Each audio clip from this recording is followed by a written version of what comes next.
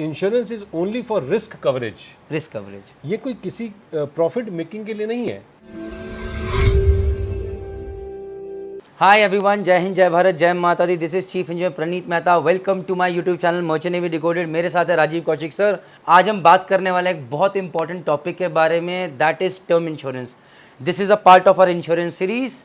और सर से पहले जानते हैं sir, what is term insurance?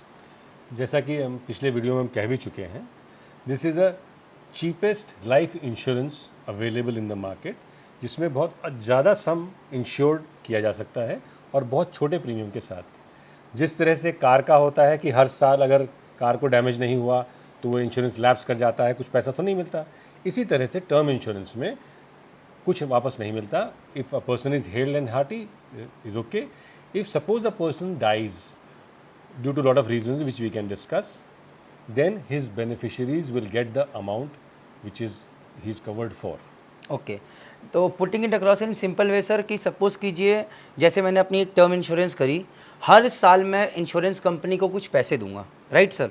और हर साल मुझे देने हैं, और अगर मुझे माता रानी ना करे अगर कुछ हो जाता है, जय माता दी, देन इन दैट केस जो भी जिस अमाउंट के लिए मैं कवर किया गया हूँ वो मेरी फैमिली को मिल जाएगा। जो नॉमिनी है उनको मिल जाएगा। और ये जो पैसा है वो इतना होना चाहिए कि कम से कम अगले 5-10 साल मेरी फैमिली के खर्चे का निकाल दे, उनको दिक्कत नहीं होनी चाहिए। सर अब next question that comes is, और सर आपने चीज़ बोली कि this is the cheapest insurance, but अगर मैं ये बोलूँ कि ये सिर्फ चीपेस्ट लाइफ इंश्योरेंस है बल्कि one of the best life insurance है, तो गलत तो नहीं है? नहीं, बिल्कुल नहीं, बिल्कुल सही है। This is the only insurance, life insurance which anybody, not only seafarer, anybody should take, everybody should take. एक इंपॉर्टेंट चीज़ है जो जाननी चाहिए कि insurance is only for risk coverage. Risk coverage, ये कोई किसी प्रॉफिट मेकिंग के लिए नहीं है। तो इसलिए ये सिर्फ उसका होना चाहिए जो फैमिली का अर्निंग मेंबर हो, जिसके ऊपर लोग डिपेंडेंट हो। वाई इज दिस टर्म, आपने बोला कि सबके लिए जरूरी है, बट वाई स्पेसिफिकली एक सी फेरर के लिए ये टर्म इंश्योरेंस इंपॉर्टेंट है? यस, सी फेरर के लिए लाइफ इंश्योरेंस इंपॉर्टेंट क्यों है? टर्म इंश्योरेंस तो एक हमारी उसका पार्ट है, बट लाइफ इंश्योरेंस क्यों इंपॉर्टेंट? बिकॉज जब आप शिप में होते हैं तब आपको आपकी कंपनी कवर करती है, और नॉर्मली ये जो कवरेज होता है ये इंडिया छोड़ने से लेके इंडिया वापस आने तक, या घर छोड़ने से लेके घर आने तक, या कुछ कंपनीज़ में गैंगवे टू गैंगवे होता है, डिपेंडिंग वो कितना प्रीमियम देना चाहते हैं। और जब आप घर पर होते हैं तो ये शर्तिया बात है कि 99% of the companies do not cover you. तो ये आपके हित में है, क्योंकि छुट्टी में भी तो आप एक्सपोज हैं रिस्क में।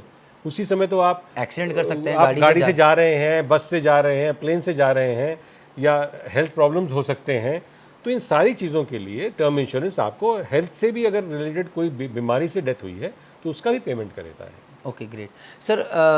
उस अभी रिसेंटली एक केस सुना था मैंने कि जहाँ पर एक यंग यंग जूनियर ऑफिसर, एक यंग ऑफिसर की डेथ हो गई थी, और वो कोई कोर्स करने के बाद में या शायद शिप से लौट रहा था, और रास्ते में उसकी गाड़ी जो थी वो एक्सीडेंट हो गई, उसकी डेथ हो गई, ड्राइवर की भी डेथ हो गई थी।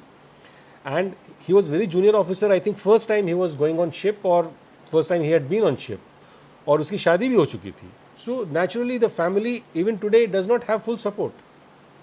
हम लोग जो देहरादून में DSWA के वो members हैं, we are collecting money to support her.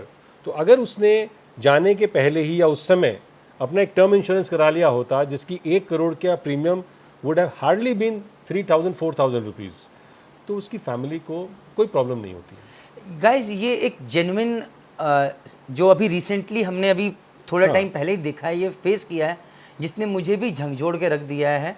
और ये सच्चाई है जो स्टोरी है कि एट दी अर्लीस्ट एज आप करा, जो कि हम आगे वीडियो सीरीज में बताएंगे, क्योंकि हादसा कभी भी हो सकता है। जैसे इस बच्चे के साथ हुआ, एक यंग थर्ड ऑफिसर शिप से उतर के आया है, घर पे आ रहा है, एक्सीडेंट हो गया है, and suddenly the whole family shattered, and he is the only earning member of the family.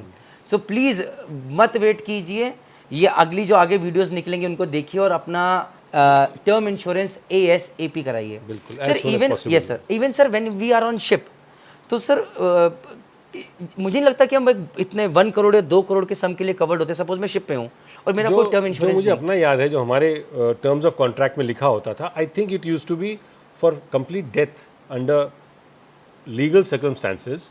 Legal के भी हम जानते हैं कि कोई एक्सीडेंट्स जो है लीगल होना चाहिए, you should have you won या PP, तो $60,000 था। मुझे ऐसे याद है। तो मतलब जो आज की डेट में सिर्फ 42 लाख रुपए बनता है, और उसमें भी as far as I know sir बहुत सारे स्ट्रिंजेंट क्लॉजेज हैं ये पैसा डायरेक्टली कंपनी से आपको नहीं आता, ये पैसा आता है लेबर डिपार्टमेंट, लेबर कोर्ट के थ्रू। और I am very sorry to say that there is a corruption down the line. और पहले मेरे एक फ्रेंड थे, he was on his first contract as a master, और उनकी शिपयार्ड में मेडिकल रीज़न से डेथ हो गई थी, कुछ खाया था उससे डेथ हो गई थी। और दो his family was okay, but जो भी छोटा मोटा अमाउंट था वो सब ब्राइब वगैरह देने के बाद में I think she did not receive 20 lakhs। एक कैप्टन की वाइफ को 20 लाख रुपए तक सिर्फ मिला है। और अगर आप शिप पे हैं, सपोज कीजिए, और आप जहाज़ पे काम कर रहे हैं, आपने हेलमेट नहीं पहना है और आपकी due to head injury death हो जाती है, सॉरी टू से शायद हो सकता है आपको कुछ भी ना मिले, कुछ भी ना मिले, पॉसिबिलिटी है। तो इसलिए ये टर्म इंश्योरेंस एक बहुत बड़ा रोल प्ले करता है, बहुत इंपॉर्टेंट। वो हेलमेट तो आपको वैसे भी पहनना चाहिए, वैसे भी पहनना चाहिए, बिकॉज जब आपको टर्म इंश्योरेंस का क्लेम करेंगे अगर किसी ऑन बोर्ड चीज़ के लिए, तो उसकी बाकायदा इन्वेस्टिगेशन होगी। और नेचुरली ऑन बोर्ड तो इन्वेस्टिगेशन इमीडिएटली होती है और थरो होती है, और उसमें भी अगर ये बात आ गई कि प्रिकॉशंस वर नॉट टेकन, हाँ, बिकॉज ये टर्म इंश्योरेंस में कुछ क्लॉजेज होते हैं जो हम बाद में डिस्कस करेंगे, जिसमें ये होता है कि आपने अपनी लाइफ के साथ में पूरी सेफ्टी बरती थी। और क्योंकि टर्म इंश्योरेंस का जब क्लेम लेना होगा उस समय जिसका इंश्योरेंस हुआ है वो तो होगा नहीं, उसकी फैमिली ही होगी, तो फैमिली को इतनी जानकारी होती नहीं है। तो ये सब चीज़ें करने के पहले आप अपना ध्यान रखिए शिप में। Please take all precautions as you have been taught in your training. जय माता दी गाइस, ये तो सर मेरे लिए भी रेवलेशन है कि अगर मेरी टर्म इंश्योरेंस है, लीव अलोन जो कंपनी का इंश्योरेंस होता है, और मैं हेलमेट पहन के काम नहीं कर रहा हूँ और कुछ हो जाता है, हो सकता है मुझे कंपनी इंश्योरेंस में कुछ पैसा ना मिले। Even not just that, term insurance में भी हो सकता है मुझे कुछ पैसे ना मिले। तो भाई ये तो बहुत डेंजर बात है, इसलिए शायद कंपनी बार बार कहती है पीपी पहनो, पीपी पहनो, पीपी पहनो। तो प्लीज़ ये हमें अपनी सावधानी के लिए पहनना है, not diversifying from the point. It is very very important कि कंपनी जो हमारे लिए कर रही है वो कर रही है, but it is not that substantial amount. हम भी अपना ख्याल रखें, अपना अलग से टर्म इंश्योरेंस करें। उसके अलावा कंपनी हमारा ख्याल सिर्फ तब तक रख रही है जब तक हम जहाज़ के ऊपर हैं। एक बार जहाज़ से उतर के यहाँ पर आ गए, हम 6 महीने के लिए घर पे, हमें कुछ भी हो सकता है, तो उस टाइम पे हमारा ख्याल कौन रखेगा? हमें खुद को अपना ख्याल रखना है। तो ये टर्म इंश्योरेंस वहाँ पर बहुत बड़ा रोल प्ले करेगी। With this we will end this video. अगले वीडियो में बात करेंगे टर्म इंश्योरेंस कितने का होना चाहिए, कब करवाना चाहिए, कहाँ से करवाना चाहिए, क्या क्या चीज़ों का ध्यान रखना है। Thank you very much. जय हिंद, जय भारत, जय माता दी। Stay tuned.